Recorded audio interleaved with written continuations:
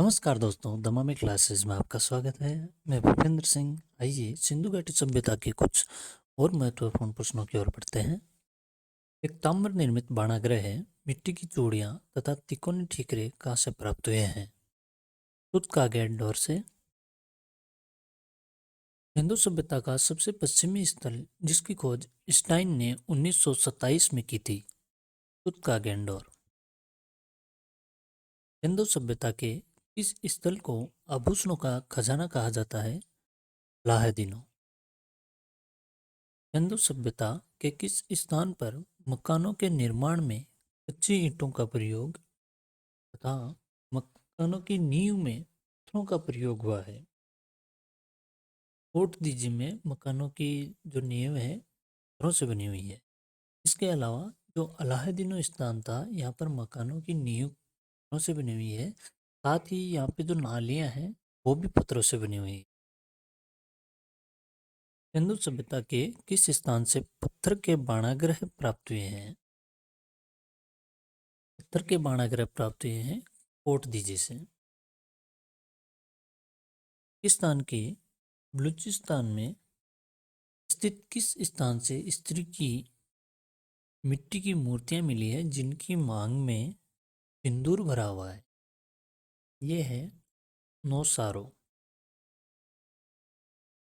भारत में रेशम के प्राकृतिक प्रमाण कहाँ से प्राप्त हुए हैं? नेवासा। स्वतंत्रता प्राप्ति के पश्चात भारत में खोजा गया प्रथम स्थल कौन सा है? रोपड़, जो कि यज्ञदत्त शर्मा ने खोजा है। एकमात्र ऐसा पूरा स्थल जहां से चांदी के 2 मुकुट मिले हैं, कुणाल।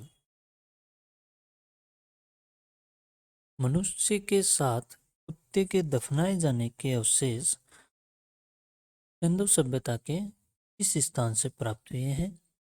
ये प्राप्त हुए हैं रोपड़ से। सिंधु सभ्यता का सबसे दक्षिणी स्थल जहां से कांस्य का बना रथ मिला है, ये है देमाबाद, महाराष्ट्र।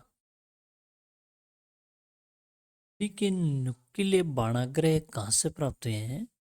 ये प्राप्त हुए हैं मांडा से, तो कहाँ पे? जम्मू कश्मीर में। सिंधु सभ्यता के इस स्थल से हाथी के अवशेष मिले हैं, रोजदी से। इसके अलावा आपको एक बात और ध्यान में रखनी है, हाथी के जो खिलौने हैं वो मिले हैं चन्हुदड़ो से। अगला क्वेश्चन, मोहनजोदड़ो से प्राप्त हास्य की नर्तकी की नकल जो बर्तन पर उकेरी गई है, ये कहाँ से प्राप्त हुआ है? ये प्राप्त हुआ है भीराना से। सिंधु सभ्यता के इस स्थल की खोज 1958 में भारत सेवक समाज द्वारा की गई। ये की गई आलमगीर, उत्तर प्रदेश की है, जो कि सिंधु सभ्यता का सबसे पूर्वी स्थल है। सिंधु सभ्यता में धोलावीरा से एक स्टेडियम मिला है, लेकिन इस स्थान से 2 स्टेडियम मिले हैं और ये है जुन्नीकुरन सभ्यता से। इस विद्वान ने कालीबंगा को सिंधु साम्राज्य की तीसरी राजधानी कहा है। ये कहा है दशरथ शर्मा ने। सिंधु सभ्यता में समाज के 4 वर्गों के अस्तित्व के प्रमाण मिले हैं। निम्न में से कौन सा वर्ग शामिल नहीं था?